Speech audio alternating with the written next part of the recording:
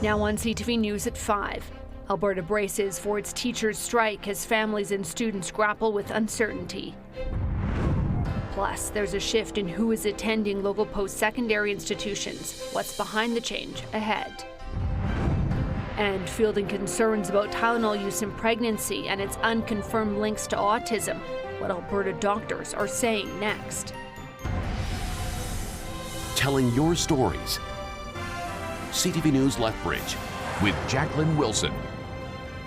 With the strike looming on Monday, organizations and businesses around Lethbridge are trying to give students a place to go. Kun Keenan has more. The October 6th deadline for Alberta teachers walking off the job is quickly approaching. 700,000 students across Alberta are unsure if they'll have class next week. The deadline is set in stone, but the ATA and province have started talking again. The ATA provided a statement saying the Alberta Teachers Association and the Government of Alberta have resumed exploratory conversations with regard to reaching a negotiated settlement. The strike has not been averted. Teachers will be commencing job action on Monday, October 6th. The province says it's ready and willing to negotiate with the ATA, but it's calling on the association to be clear on what teachers want. Minister of Finance Nate Horner's office released a statement saying the onus is on the ATA leadership to determine what supports teachers are actually looking for. The Teachers Employer Bargaining Association has submitted a formal letter to the ATA asking them to come back to the table with creative solutions. While talks continue, there are still questions on what students will do during a strike. The Galt Museum and Helen Schuler Nature Center are partnering on a week-long day camp during the strike. It will be a condensed version of the Coolies and Cultures Day camps offered throughout the year. A little bit of land learning, so occasionally we will take them down to a hike into the river valley and we will play on the playgrounds. The Roundtable Board Game Cafe is offering a deal for families looking for activities during the strike. For $15, families can go to Roundtable an unlimited number of times during the strike. You know, it's kind of a weird time, and we just wanted to create an inexpensive option for parents to come in and be able to do something. I understand that board games don't replace school, but there is a lot of problem solving in mathematics and reading that come in the form of family entertainment, and we just thought it might be a cool opportunity for parents to come in. CTV News reached out to the Lethbridge and Holy Spirit school divisions, but did not receive a comment in time for broadcast. Quinn Keenan, CTV News, Lethbridge.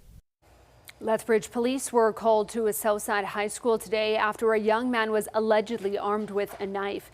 Police responded to the Catholic Central High School along the 400 block of 18th Street South for a report of a suspicious man in the cafeteria who allegedly had a knife. The man then left the building. Several schools in the area were placed on lockdown as a precautionary measure shortly after officers took a youth into custody. Lethbridge police are asking for help to find a wanted man outside on warrants. Police say that 27-year-old Brandon Paulo Amundsen is charged with break and enter to commit assault and is known to be violent. Lethbridge police say that anyone with information on his whereabouts is asked to call them or Crime Stoppers. Municipalities and Indigenous communities can now apply for funding to help protect from floods and drought. $25 million is available from the province for this round of projects. Now, to date, $50 million has been invested into 28 projects. And that includes improvements to Medicine Hat's wastewater treatment plant and installing water intakes within the Crow's Nest River. The application deadline is December 1st, and more information can be found on alberta.ca.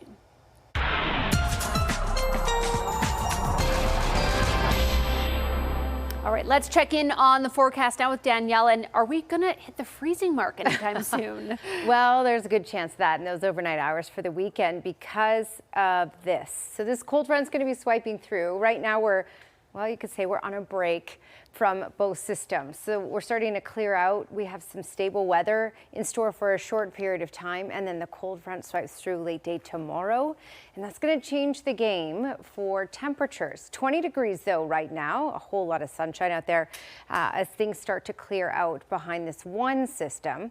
It's 17 right now in Milk River, 18 in Medicine Hat, 20 Lethbridge and Brooks, and 18 in Pincher Creek. I'll have that full weekend forecast coming up. Jackie? Okay, thanks, Danielle. As for the semester for Lethbridge's post-secondary institution, it is well underway, but there are less students on campus this year, while overall enrollment is down. The number of domestic students, that is up. Carson Marsook reports. Well, it's been a busy start to the semester at Lethbridge Polytechnic. There are less students inside the classrooms. Enrollment is a little bit down, about 12%, but that is largely due to the fact of changes with immigration. Last year, the federal government put a cap on international students eligible to study in Canada, citing pressure on housing, healthcare, and other services. If we get some stability over the next couple of years from federal immigration rules, I think we will see a reemergence of international, but until that time, I think they're kind of a little bit apprehensive. Despite the decrease in total enrollment, Margot Hilgersum says domestic, Indigenous, and apprenticeship numbers have risen over last year. Our domestic numbers, that is our primary focus. We have a growing population in Alberta and in southern Alberta. So we're really focused on that. Really, you know, the number of 17-year-olds continues to grow every year, really for the next decade. So we're looking at that, looking at high school completion rates. How can we help out that? Across the river, the University of Lethbridge is seeing a similar trend. In September, the U of L reported a 1.1% increase in domestic enrollment, with a 17% increase in new high school students and a 24% increase in Indigenous high school students. However, the university says it has 246 fewer international students on campus, resulting in a 2.1% overall decline in total enrollment despite the domestic growth. With about 4,500 students studying at the Polytechnic, Hilgersum says it's still allowing them to grow offerings. We do feel that buzz, the potential is there. So we're looking a lot at tech programs, programs for apprenticeship, health programs as well coming in. So we see a lot of opportunity. Carson Marsook, CTV News, Lethbridge. Earlier this year, the Polytechnic announced it had cut 53 permanent jobs and the closure of its English language center as a result of the international tuition cap. Now, some students at the University of Lethbridge will now have an easier time accessing emergency food supports. A new resident emergency food fund has been created to help students living in residence. The funding is part of a $2,500 grant from the Food for Thought Committee. Eligible students can receive grocery store gift cards and meal vouchers, as well as support with long-term planning, resources, and referrals. The U of L's resident service says that the new program will help fill a void for students living on campus to receive the food and the support that they need. Toby and Bernadine Boulay will be awarded honorary degrees at the U of L during the fall convocation. The Boulays became organ donation advocates after their son Logan was killed in the Humboldt Broncos bus crash. They helped create Green Shirt Day to encourage organ donation nationwide. The campaign pushed over 150,000 Canadians to become donors. The Boulays will be honored at convocation on October 18th. City staff will be collecting household items in the Park Place Mall parking lot on Saturday. The city is hosting its annual Household Hazardous Waste and Electronics Recycling Roundup. It is going to be from 8 a.m. until 4 p.m. tomorrow. It's in the northwest corner of that parking lot. Now, the roundup will accept things like pesticides, paint, used oil, batteries, and electronic items. If you can't make it tomorrow, household hazardous waste and electronics, they can be dropped off at the Waste and Recycling Center year-round. Well, is there rain on the way? Danielle is back after the break with all of our details. And concerns from patients, what doctors have to say as they field concerns over Tylenol use while pregnant. All right, look at how beautiful. Skycam facing southwest, a stunning day. Still on the mild side, the warm side. That's all going to change for this weekend. And I'm going to say the S word because snow, yes, is in the forecast for some communities this weekend. So we're going to do a quick change. We don't have much of a fall here. It goes from warm to cold, it seems like. 18 degrees, the temperature in Calgary, the daytime high so far, 19 in Edmonton, 15 in Regina. Warmer off to the east, so high 20s in Winnipeg. We basically sent them all our warm air And we're going to start to plummet as we go here. Just a look closer to home, 19 in Medicine Hat, 20 in Lethbridge, 17 in Milk River, 18 in Pincher Creek, 20 in Brooks. Not bad for early October. Okay, a little bit of a breezy day. This is a look at maximum gusts. 28 for Medicine Hat, 31 kilometers per hour for Lethbridge, and just over 50 for Pincher Creek.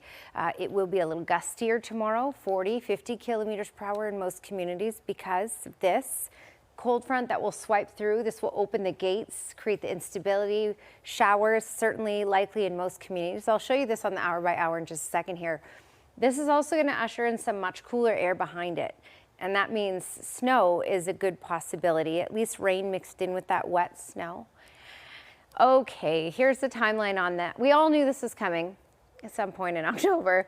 All right, there's that cold front swiping through, okay? So now this ushers in the colder temperatures. So in the midnight hour, basically that's gonna start to swipe through the far south. This is going to spark up some shower activity all down Highway 2, Trans-Canada as well, over to Lethbridge, down to Coots, for example. And then as I advance this and temperatures drop, especially in the night hours, this is a look at Saturday night, we will look at a rain, wet snow event at this point for many communities. So Calgary, down Highway 2, and potentially off into the Lethbridge area, and then slumping to the south. Again, that's mainly in the overnight hours, so maybe you won't even see that. You'll be sleeping, but it may collect a little bit in some spots on the grass for a short amount of time. And then Sunday, it's sunny, but much cooler. I'll show you the longer range on that in just a second. Risk of frost tonight in the East Kootenay area. 15 degrees is our high for tomorrow there, with showers possible in the afternoon hours. Not a whole lot of sunshine expected for tomorrow in most communities. Gusting 50 kilometers per hour next couple hours in Crow's Nest Pass. 12 degrees is our high for tomorrow. A rain event and even thunderstorm activity. You may even see thunder snow in the distance, which is a pretty cool and rare event to see. The snow level at 200 meters for the overnight areas, or overnight hours. Medicine Hat 6 tonight, 14 for tomorrow, with showers certainly possible and a good amount of cloud cover. And looking at that longer range forecast, we're looking at day rain, night wet snow mixed in with rain. So that's what we're looking at for Saturday night. 14 degrees is our high for tomorrow, just 8 for Sunday. We have a small chance of showers on Sunday, but most likely a lot of sunshine. Back into the 20s though, believe it or not, by Tuesday of next week.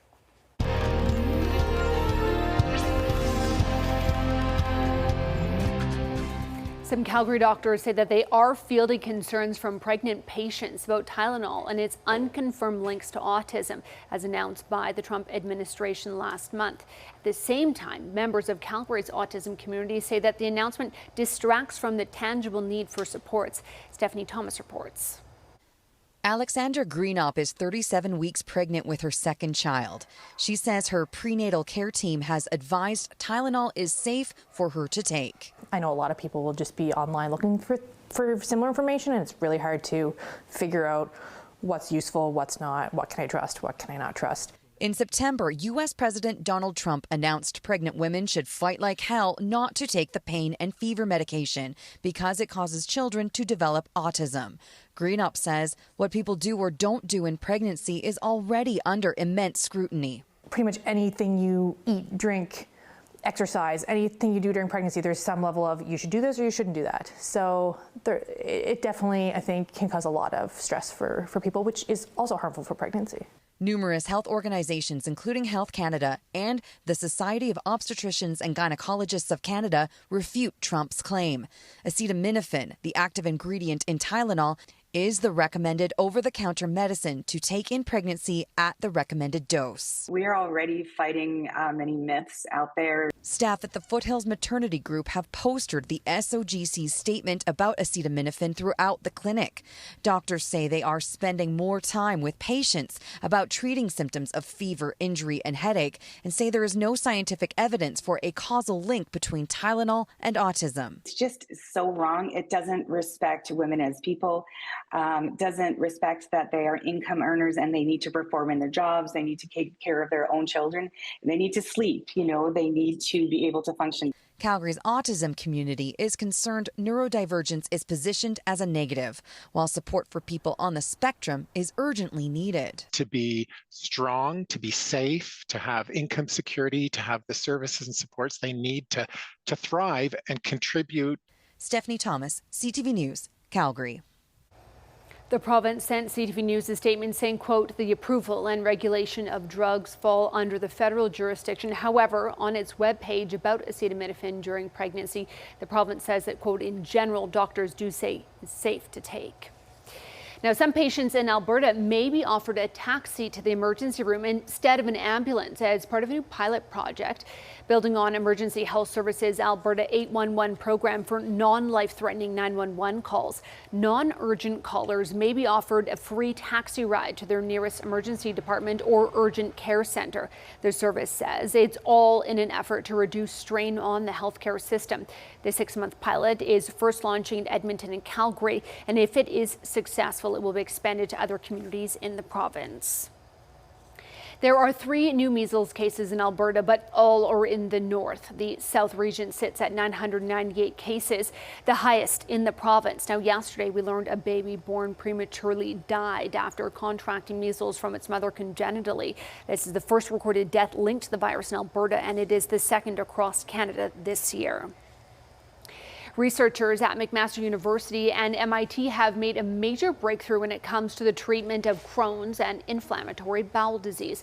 They discovered a brand new antibiotic that targets IBD and used a new type of artificial intelligence to predict exactly how the drug works. The new antibiotic specifically attacks a family of bacteria that includes E. coli.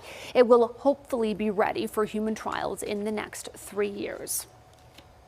Still ahead on CTV News at 5, from hockey to baseball, there is lots of sports to watch this weekend. We'll have a roundup after the break.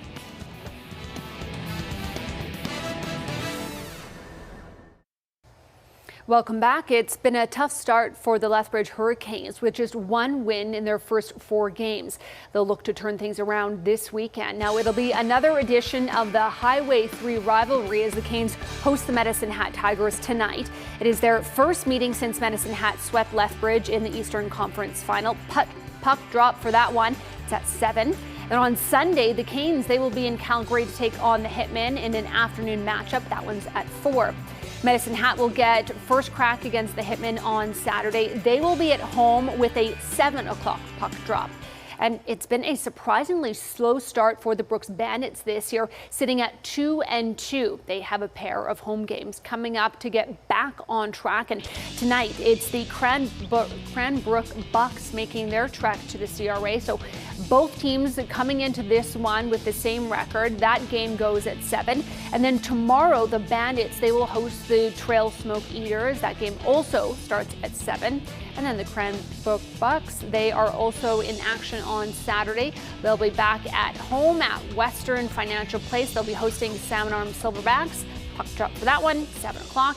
And then the Pronghorns and the Kodiaks, they're also in the mix this weekend. So tomorrow, both the Pronghorns soccer teams will take the field. The women's team, they will be at home at 2:15 against the McEwen Griffins.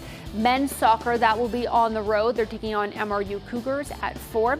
Women's rugby, they will play at home later in the day. They have a date with the U of A Pandas. That's at 4. And then Sunday, the women's team, they will host again McEwen at noon. The men's team, they will continue the Calgary road trip with a game against the U of C. That one's at 1. And then the Kodiaks, their soccer team, they will hit the road for a pair of games against Red Deer Polytechnic. The women's team will play at noon, and that's followed by the men's at 2:15. On Sunday, both teams will be in Olds for matches. Those are against the Broncos. Now, the Toronto Blue Jays, they will face the New York Yankees in their American League Division Series this weekend. On the ground, that's off the glove of the first baseman Lowe. 1 run is in. Here comes Chisholm. 2 runs are in. The Yankees, they eliminated Boston with a 4-0 win. So the Jays and the Yankees, they will play Game 1 of the American League Division Series in Toronto tomorrow. That starts at 2 p.m. And on the eve of their playoff run, we share a story now about the origins of the OK Blue Jays song. CTV's John Venevalley-Rao met with some of the musicians who were behind the song.